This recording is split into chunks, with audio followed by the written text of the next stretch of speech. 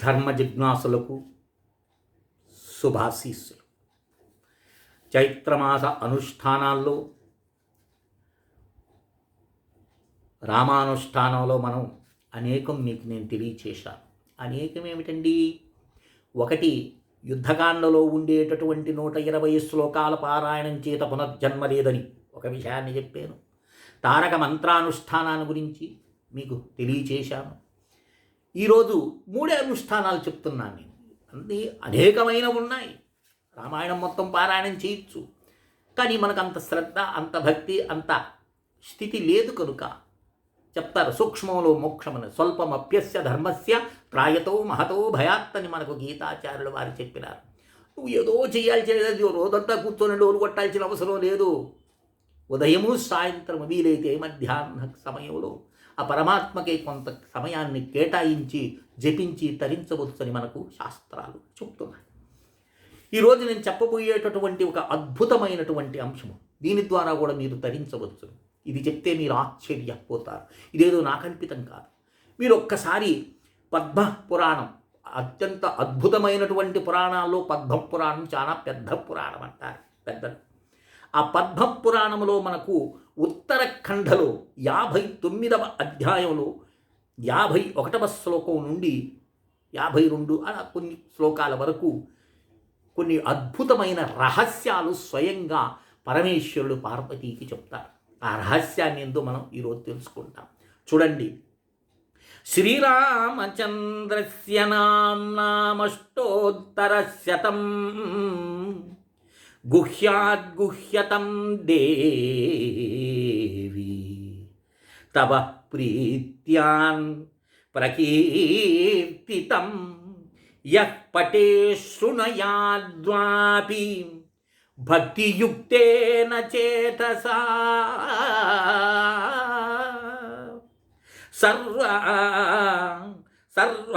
సర్వాస్మాన్నుష్యతే పాపాత్ కల్పకోటి శతోద్భవాత్. ఎంత అద్భుతమైనటువంటి విషయం అండి ఇది. ఇదేదో నువ్వు కొండలెత్తాల్సింది లేదు, ఇంకపోతే భయంకరమైనటువంటి యజ్ఞాలు చేయాల్సినటువంటి అవసరము లేదు, ఉత్కృష్టమైన యాగాలు చేయాల్సినటువంటి అవసరము లేదు. కేవలం ఏం చెప్తాడు? నామష్టోత్తరశతం.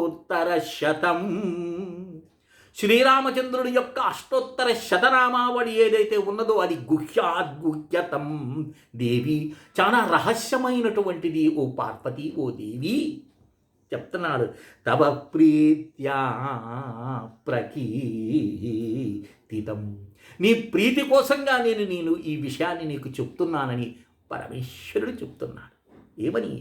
యః పఠే శృణుయాద్వాపి భక్తియుక్తేన చేతసాం.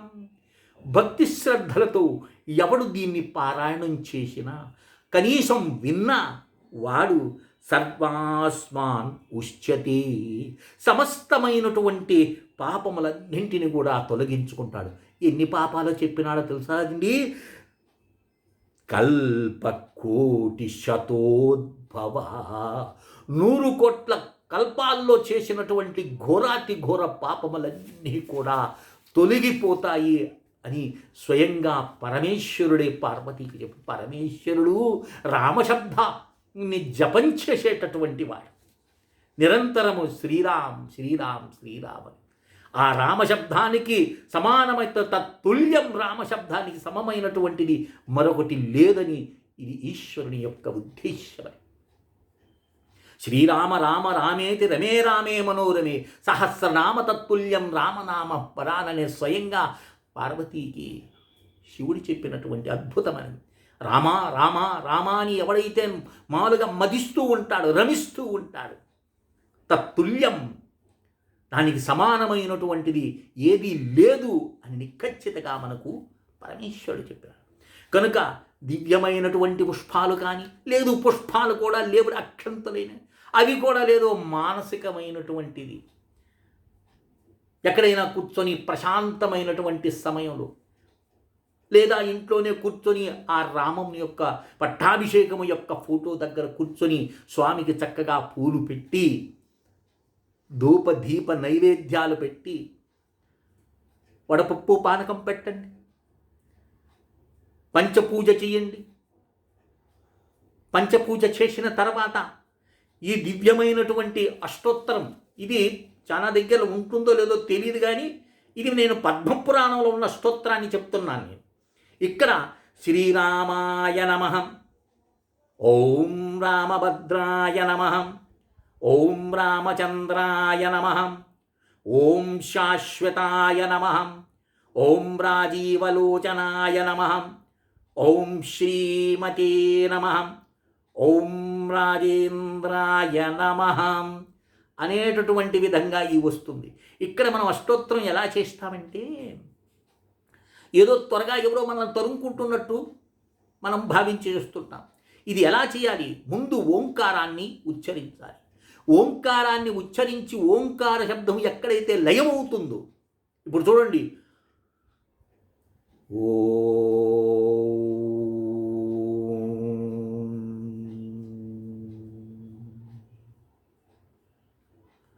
శ్రీరామాయ నమః,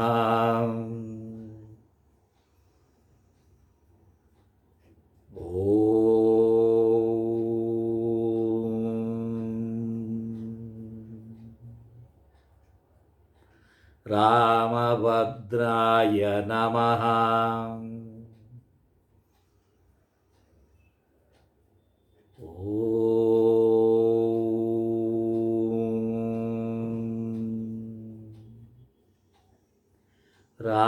రామచంద్రాయ నమః.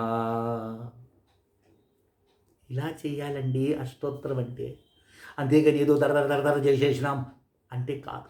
ఎక్కడ ఓంకార శబ్దం లయమవుతుందో, ఓం పరమాత్మక బీజం అది. అది ఎక్కడైతే నాదము బిందువు అంటారు, అకారము ఉకారము అలాగే మకారము అర్ధమాత్ర నాదము బిందువు అని ఎక్కడ లయమైపోతుందో శబ్దం తద్బ్రహ్మ. ఆ లయమైపోయిన తర్వాత అక్కడ మీరు రామాయ నమః ఒక్కసారి చేసి చూచినారా, తరించిపోతారు. ఆ ఆనందం ముందు మీరు ఇక ఏది కూడా మీకు సమతుల్యం కాదు. అంతటి అద్భుతమైనటువంటి ఆత్మానందాన్ని అనుభవిస్తారు. రామశబ్దం యొక్క గొప్పతనం తెలుస్తుంది. రామష్టోత్తర శతనామావళి యొక్క వైభవం మీకు అర్థమవుతుంది. ఏదో స్వామివారు చెప్పాడు, ఇచ్చినారు, గడగడ రామాయణ రామభద్రాయ నమ రామచంద్ర ఇలా చెప్పిన వల్ల ప్రయోజనం లేదు. ఒక అనుష్ఠానం చేసినప్పుడు మనం చేసేటటువంటి ఒక్కొక్క శబ్దం నీ శరీరాన్ని కంపింపజేస్తుంది.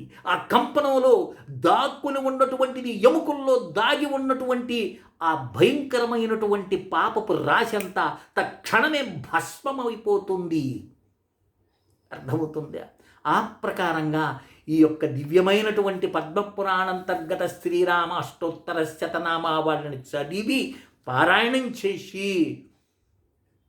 కోటి కల్పాల్లో చేసినటువంటి, ఎన్ని కల్పాల్లో ఏమేం చేసాం మనకు తెలియదు, ఎన్ని లక్షల జన్మలు ఎత్తినామో మనకు తెలియదు. ప్రతి జన్మలో ఏదో ఒక రాశిని మనం పోగేసుకుంటూ వస్తూ ఉన్నాం. మరి ఆ మురికంతా ఎలా తొలుగుతుంది అనేది ఇక్కడ పార్వతి ప్రశ్న అయితే దానికి సమాధానం చెప్పినాడు ఇక్కడ మనకు పద్మపురాణంలో. మనకు చూడండి, మీరు తెలుసుకోండి. పద్మపురాణం తీసుకొని ఉత్తరఖండ తీయండి, 59వ అధ్యాయాన్ని ఒక్కసారి చదవండి. దాంట్లో ఏం చెప్పాడు మీకే అర్థమవుతుంది. ఏదో నేను చెప్తే వింటాం కాదండి, మీరు పరీక్షించండి. వీడు చెప్తుంది వాస్తవమా లేకపోతే ఏదో కల్పిస్తున్నాడా? ఉంటారు కదండి, ఏదో ఒక శ్లోకం చెప్పేది ఏదో అధ్యాయం అనుకో, వీళ్ళు చూస్తారా, వీడికి ఏం తెలుసు అనే భావన కొంతమందిలో ఉంటుంది. అందుకని నేను చెప్తున్నాను, వెతకండి. మీ గ్రంథరాశి అనేకంగా పడి ఉంది, పద్మపురాణం దొరుకుతుంది. దాంట్లో ఒక్కసారి మీరు పరిశీలించి చూడండి. చూసిన తర్వాత నిర్ధారణకి నేను లేదు, స్వామి చెప్తే సత్యమే చెప్తాడని నా మీద నమ్మకం ఉందా, అనుష్ఠానం చేసి తరించండి. కనుక ఈ దివ్యమైనటువంటి ఇంతకుముందు చెప్పినటువంటి రాముడికి సంబంధించిన తారకం చేసినా చేయకపోయినా, ఒకవేళ ఓపుకొని స్వామి మేము చేయలేము, కనీసము ఈ అష్టోత్తర శతనామావళైనా పారాయణం చేసి తరించండిరా. మీ జన్మ ధన్యమవుతుంది, మీ పాపపు రాశి కరిగిపోతుంది. ఇది కూడా మేము చేయలేమంటే మీ కర్మ ఎవ్వడు ఏమీ చేయలేడు. ఇంకొకటండి, ఎంతో మురికి పట్టున్నా కూడా వాడికి ఎన్ని చెప్పినా కూడా చెవిటి వాడి చెవిలో శంకుదిన వాడికి ఏమిటిది అని అంటాడు. అర్థం కాదు. అందుకని ధర్మశాస్త్రాన్ని ఎంత మీకు విశదీకరించి చెప్పినా కూడా దాన్ని గ్రహించేటటువంటి వారు 5 మందో 10 మందో. స్వామి మాకు అది ఇవ్వండి అని అర్థించేటటువంటి వాడు 3. ఇంతవరకు నన్ను అర్థించినటువంటి వారు ఎంతమంది? 3. ఏది యుద్ధకాండను పంపిమని. కానీ నాకు తెలిసినటువంటి కొంతమంది శిష్యవర్గం ఉన్నారు. వారు అడగకుండా నేను పంపిస్తాను వారికి. ఎందుకంటే వాళ్ళు శ్రద్ధాభక్తులతో చేస్తారు కనుక. వీడియో చేసిన వెంటనే ఆ మంత్రాన్ని వాళ్ళకి వెంటనే పంపిస్తాను నేను. కారణం వాళ్ళు చేస్తారు. అలాంటి వాళ్ళు 3 ఉన్నారంతే, ఎక్కువ మంది లేరు. కనుక ఈ దివ్యమైనటువంటి ఈ పద్మపురాణంతర్గతమైనటువంటి రామ అష్టోత్తర శతనామావళిని చదివి అందరూ తరిస్తారని ఆశిస్తున్నాను. చైత్రమాసంలో చేయండి. 1 గంట పరమాత్ముడికి కేటాయించండి. ఎంతసేపుడికి ఎగురులేనా చూడండి. భారతదేశంలో ఉన్న సనాతన ధర్మంలో వచ్చేటటువంటి పండుగలన్నీ కూడా డ్యాన్సులతోనే సరిపోతున్నాయి. అనుష్ఠానం శూన్యమైపోయింది. ఓ గణపతి నవరాత్రులు అయితేనేమి, ఓ దేవీ నవరాత్రులు అయితేనేమి, ఏ ఉత్సవం వచ్చినా ముందు ఎగరటమే. తత్వాన్ని తెలుసుకుని తరించేటటువంటి మార్గాన్ని వదిలేసినారు. ఏ చిన్నది జరిగినా కూడా నాట్యం, డ్యాన్స్ వేయటం, తమ ఉత్సాహాన్ని అలా వ్యక్తం చేస్తున్నారు. తప్పురా నాయన, అనుష్ఠానం చేసి ఆత్మానందంతో ఎగురు. అంతేగాని ఇంకేదో ఉద్దేశంతో ఎగిరినామనుకో దానివల్ల ప్రయోజనం లేదు. కనుక ఇది కావాల్సినటువంటి వారు, ఈ అష్టోత్తర శతనామావళి కావాల్సినటువంటి వారు 9966690246 కాల్ చేయండి. ఇది నేను మీకు PDF పంపిస్తాను. చక్కగా అనుష్ఠానం చేసి ఈ చైత్రమాసంలో రామానుగ్రహాన్ని మీరు పొందుతారని ఆశిస్తూ శ్రీ విద్యోపాసకులు శ్రీమండే లక్ష్మీ నరసింహారావు లోకా సమస్తా సుఖినో భవంతు. ఓం తత్సత్, ఓం తత్సత్, ఓం తత్సత్.